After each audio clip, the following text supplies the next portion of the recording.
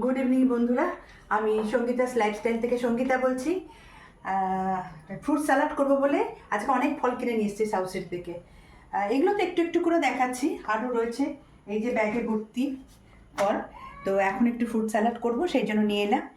এই যে এগুলো অ্যাভোকাডো, আর এই যে ব্লুবেরি, এইটা হচ্ছে আলু বোখরা, এই দেখুন মানে সবুজ আঙুর, গ্রিন আঙুর আর কি, দানা ছাড়া, এগুলো সব বাইরে।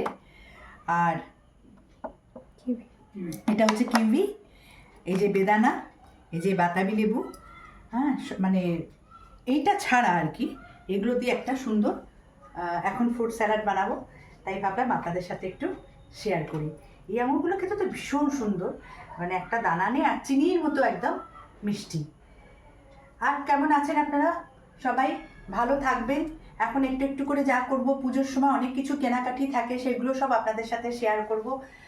সোফার কভার টাভার অনেক কিছু কিনতে হবে, সেগুলো কিনবো, কিনে কিনে আপনাদের সাথে শেয়ার করব। ভালো থাকবেন, টাটা।